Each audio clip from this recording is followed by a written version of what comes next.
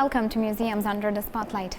I'm Alina Dima, your host, and today we enter the animal kingdom as we will be fascinated by our planet's biodiversity in the largest and most important natural history museum in Romania. The Grigore Antipa National Museum of Natural History will definitely suscitate the interest and imagination of kids of all ages. I can guarantee that. There is an impressive amount of artificial caves and also interactive displays, and a thorough guide to an impressive amount of animal and plant life native to Romania. So, let us all imagine that we are kids again, at least for a few moments, and let the museum amaze us with its incredible collections.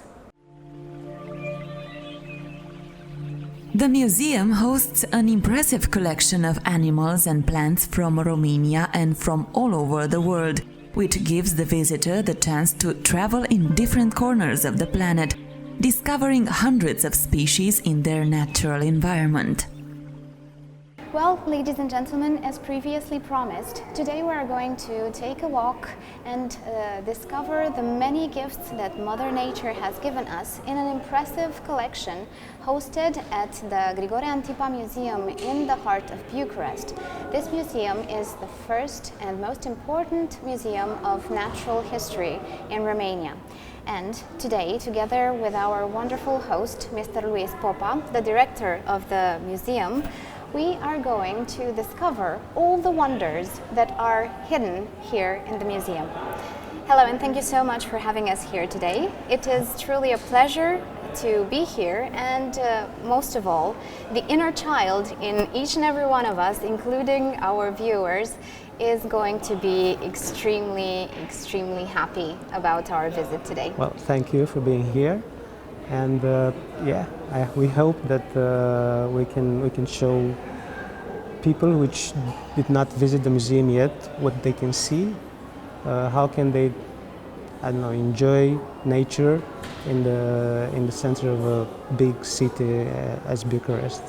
The Museum of Natural History in Bucharest is actually one of the most important in Romania, and we could definitely say that it is among the largest ones, and it has an impressive collection.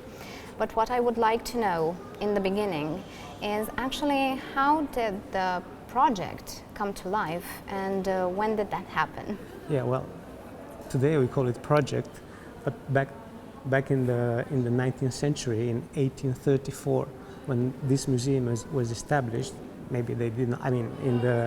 In the official document, it wasn't called the project, of course. It was not called the project, and the official document, because we didn't even have Romania back then, and the document was written in Slavonic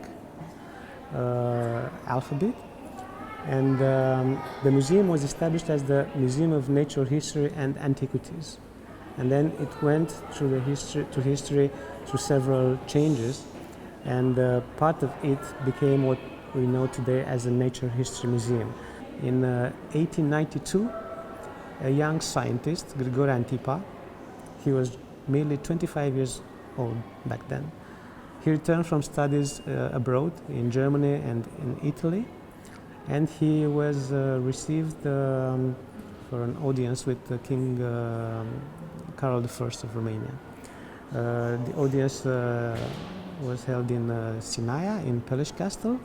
The Grigore Antipa was supposed to just have a 15-minute meeting with the king because the young Romanian scientist wanted to present the king some of his ideas, and his ideas were to develop a national fisheries department to organize the fisheries activities in Romania, because they are not organized in any way.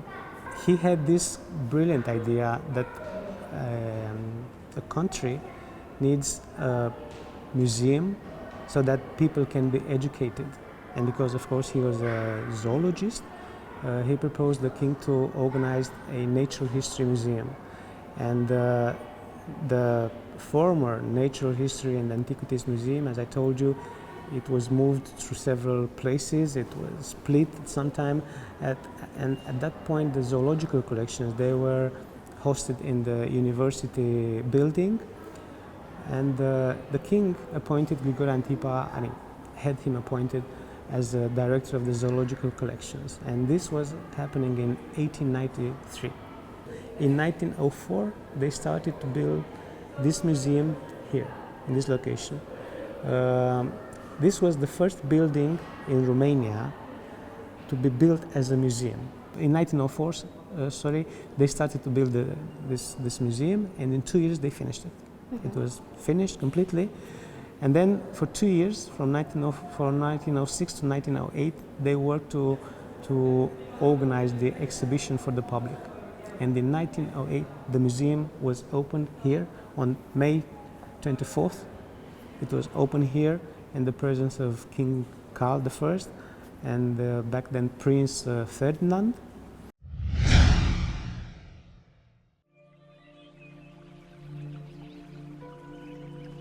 The history of the museum is closely tied to the monarchy in Romania, and we will find out more about this relationship from the director of the museum.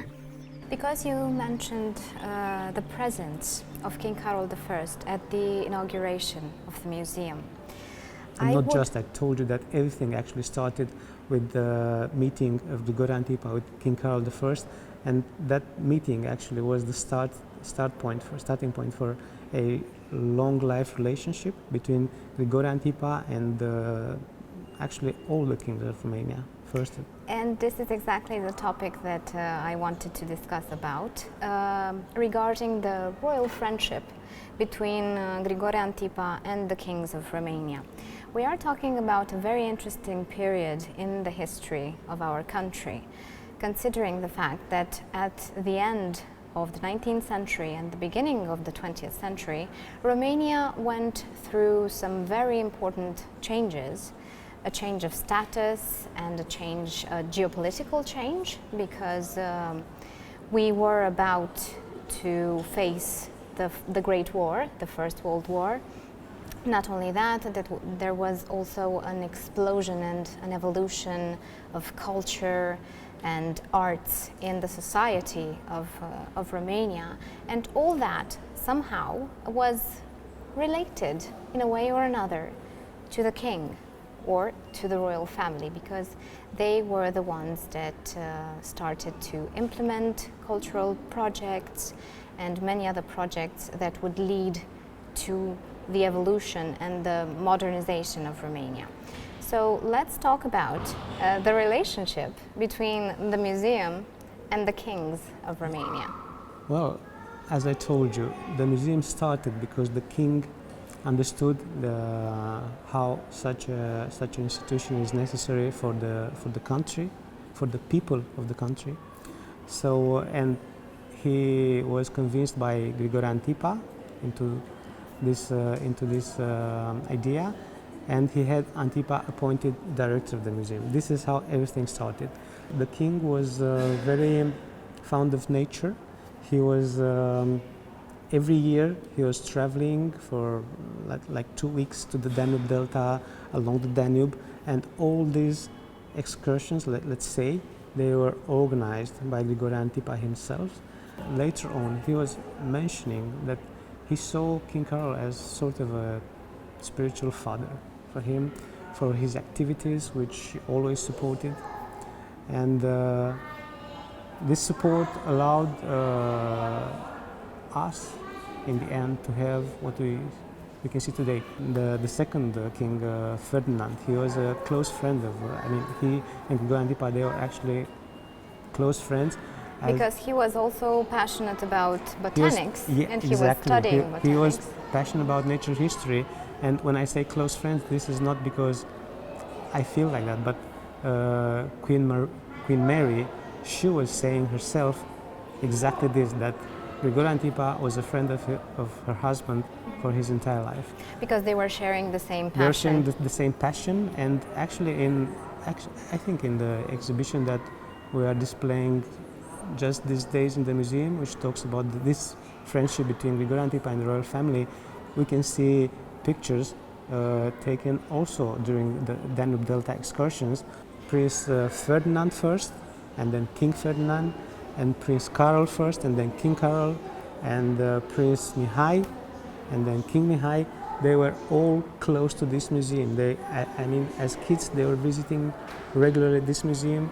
They were in close contact with Grigore Antipa, and later on, when they were kings, they were still supporting this museum. Mm-hmm. In 1933, King Carol II decided that this museum should bear the name of Grigore Antipa, which was making 75 years back then.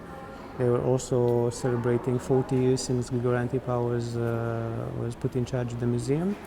And at that precise moment, King Carol II, he said that he was always a friend of this museum, and he still is a friend of this museum and of Grigore Antipa. So we could definitely say that the Museum of Natural History in Bucharest is a museum fit for the kings. Yes. The museum is organized in bioregions that reflect the richness of Mother Earth, and the visitors have the opportunity to find out more information about the species in the exhibition through a series of interactive displays that present details concerning each animal showcased.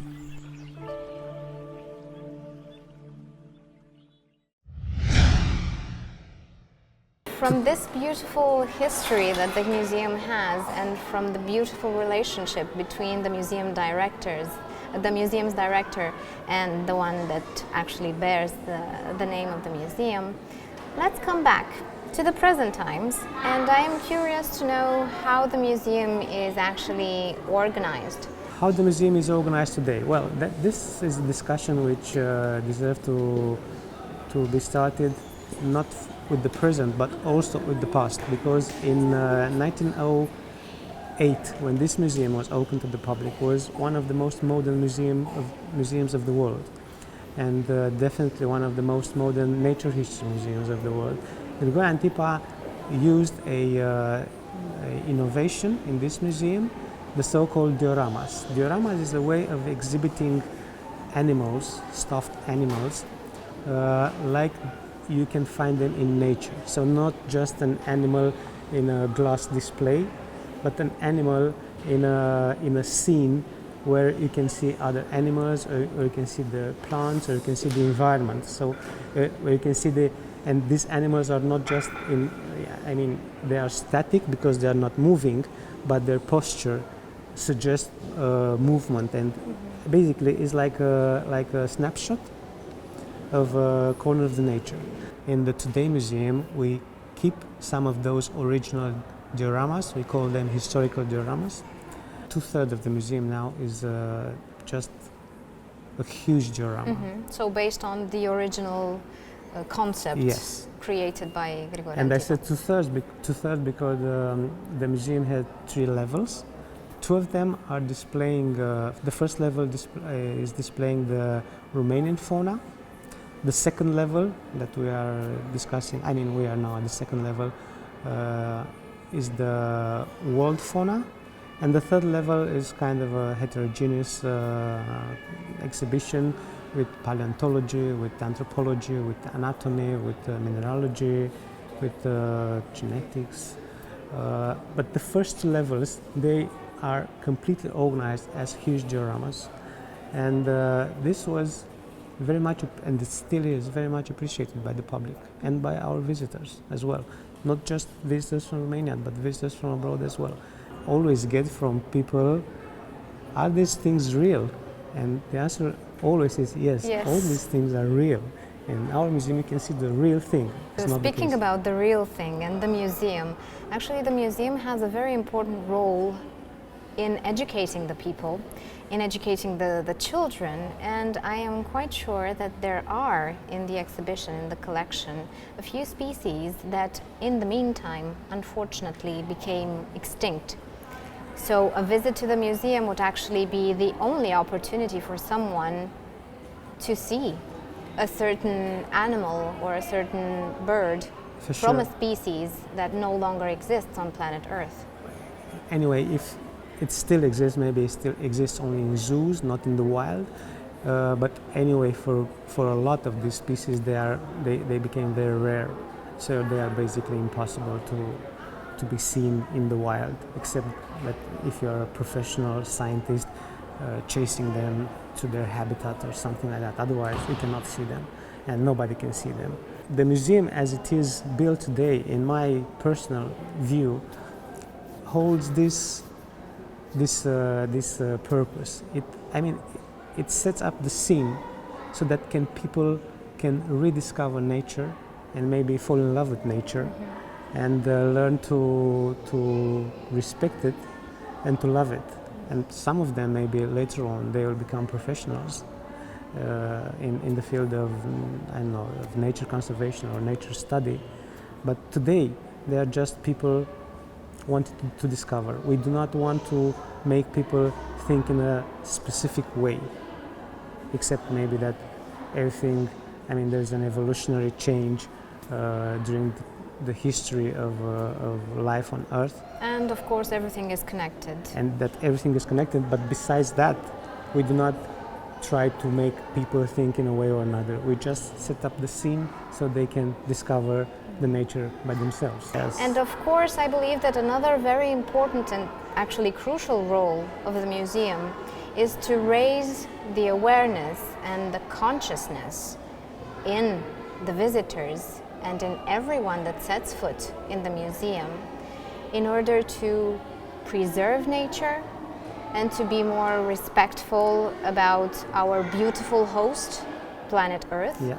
Because nowadays we are actually living very crucial times when it comes to climate change and to extinction of species. Sure. And so on and so forth. So I guess that the museum is able to educate the young children that would become adults and would become a lot more respectful when it comes to preserving nature and respecting it. And there's another thing that we also can learn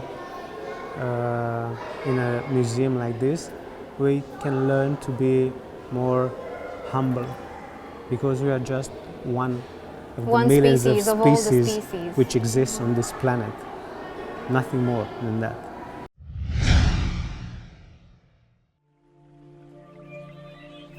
Visiting the museum, you will discover a really surprising and unusual feature, something that you wouldn't expect to find in a museum: a cave. Yes, a gorgeous replica of a natural cave with stalactites and stalagmites and even little bats that shouldn't scare you.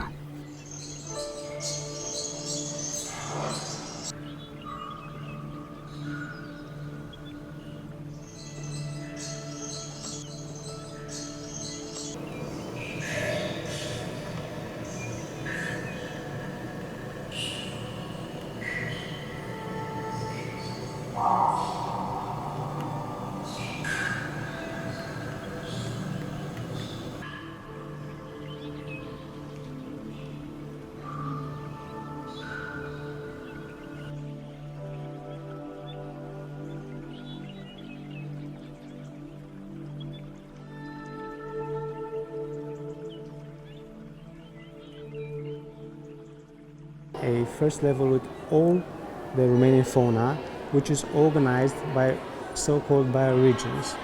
Because looking at fauna from this point of view makes sense, because this is how you find animals in nature.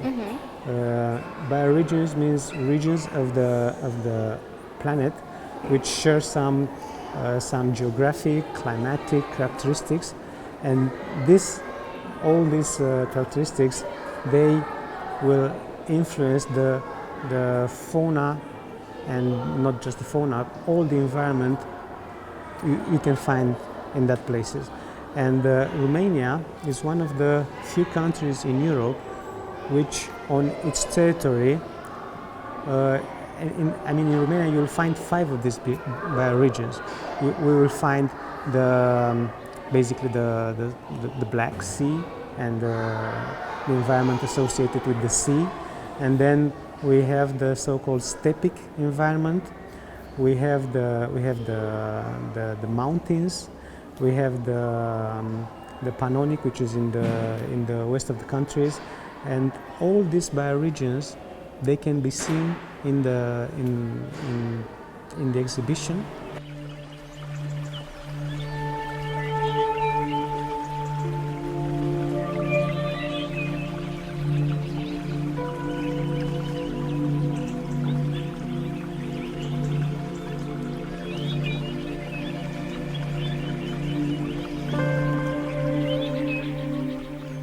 Unfortunately, whether we like it or not, climate change is real and we are all witnessing its outcome manifested through natural disasters and extinctions. The human race is highly responsible for what is happening with our planet, and the Natural History Museum has an educational role regarding this topic. The Grigore Antipa Museum in Bucharest teaches young children about the importance of preserving nature, the environment and the fauna. By visiting the museum, you will fall in love with nature once again and with its greatness. Nature is great, our host planet is magnificent, and we should all take a moment to be more humble and become aware of the fact that we are all part of the whole. Well, ladies and gentlemen, I truly hope that you have enjoyed our little escapade in the animal and plant world, and I believe that it is absolutely crucial that we do everything in our power to preserve the beauty and richness of nature, and also of all the gifts that our kind blue planet gives us every single day. Until next time, remember to make your life a beautiful story.